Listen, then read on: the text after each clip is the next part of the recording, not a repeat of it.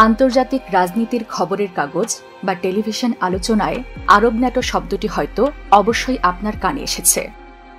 শুনতে ন্যাটোর মতো শক্তিশালী কোনো সামরিক জোটের নাম মনে হয়। তবে প্রশ্ন জাগে, সত্যিই কি এমন কোনো জোট তৈরি করেছে মধ্যপ্রাচ্যের মুসলিম দেশগুলো? মধ্যপ্রাচ্যের এই জোটের উদ্দেশ্যটাই বা আসলে কি? বিশ্বপ্রান্তরের আজকের পর্বে আমরা এই আরব ন্যাটো সম্পর্কে জানব নানা জানা অজানা তথ্য।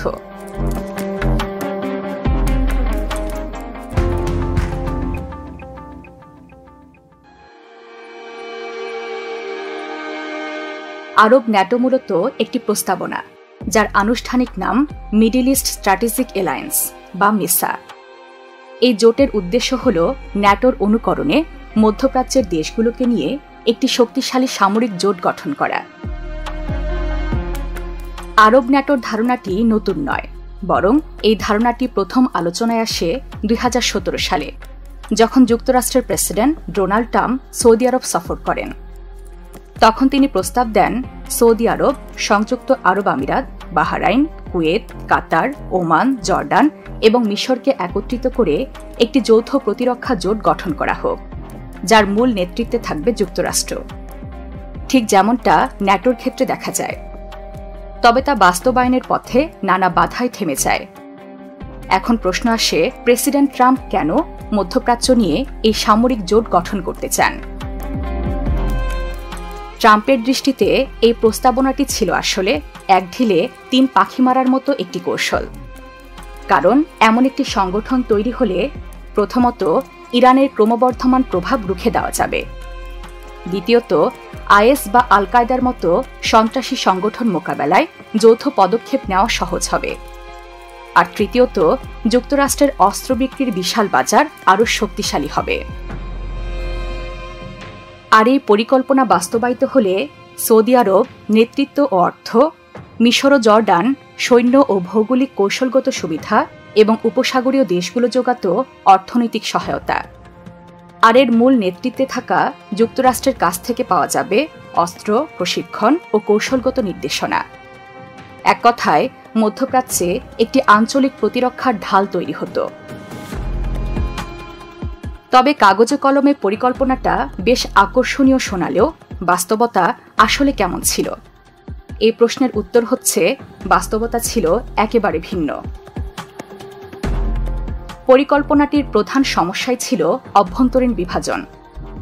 2017 সালেই সৌদি আরব, আমিরাত ও বাহরাইন একসাথে কাতারের সঙ্গে সম্পর্ক ছিন্ন করে। এমন পরিস্থিতিতে কাতারকে একই জোটে রাখা কার্যত অসম্ভব হয়ে যায়। দ্বিতীয়ত, প্রতিটি দেশের রাজনৈতিক অগ্রাধিকার ভিন্ন ছিল।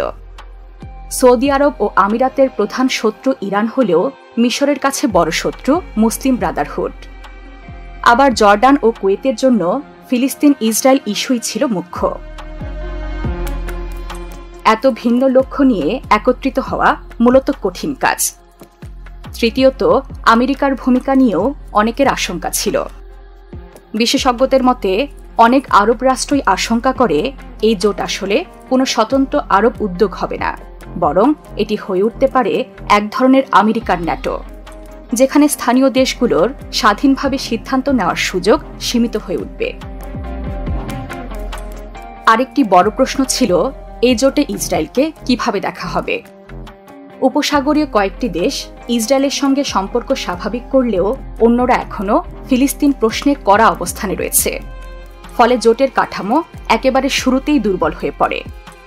এসব কারণে 2019 সালের মধ্যে আরব ন্যাটো কার্যত অচল হয়ে যায়।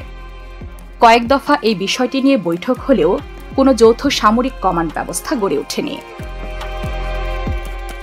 বর্তমানে আরব ন্যাটো নামটি পুনরায় আলোচনার টেবিলে থাকলেও সেটি মূলত ধারণা বা রাজনৈতিক স্লোগান হিসেবেই সীমাবদ্ধ। সৌদি আরব ও উপসাগরীয় দেশগুলো মাঝে মাঝে যৌথ সামরিক মহড়া চালায়, গোয়েন্দা তথ্য আদান প্রদান করে, এমনকি সাইবার নিরাপত্তা নিয়েও সহযোগিতা করে থাকে। কিন্তু এগুলো কখনোই পূর্ণাঙ্গ সামরিক জোটের পর্যায়ে পৌঁছায়নি। আন্তর্জাতিক বিশ্লেষকরা মনে করেন, মধ্যপ্রাচ্যের জটিল বাস্তবতায় ন্যাটোর মতো শক্তিশালী আঞ্চলিক সামরিক জোট গড়ে ওঠার সম্ভাবনা খুবই কম।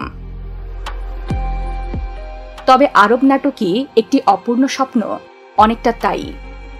যদিও যুক্তরাষ্ট্র ও সৌদি আরবের কৌশলগত স্বার্থ থেকে এই ধারণা জন্মেছিল, কিন্তু অভ্যন্তরীণ বিভাজন, আস্থার সংকট এবং পরস্পর বিরোধী রাজনৈতিক লক্ষ্য সেটিকে বাস্তব রূপ নিতে দেয়নি।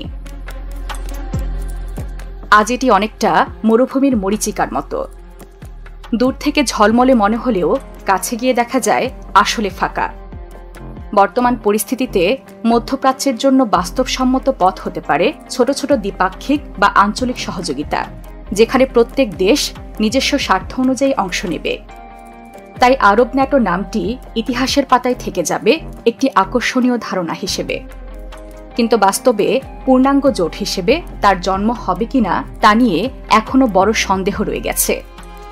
তবে ভবিষ্যতে যে কোনো আঞ্চলিক সহযোগিতা যদি গড়ে ওঠে, সেটি যেন অঞ্চলের স্থিতিশীলতা ও বিশ্বের জন্য ইতিবাচক ফল বয়ে আনে, এই কামনায় শেষ করছি বিশ্বপ্রান্তরের আজকের পর্ব। বিশ্বের নানা প্রান্তে ছড়িয়ে থাকা এমন জানা অজানা তথ্য জানতে সাবস্ক্রাইব করুন বিশ্বপ্রান্তরে।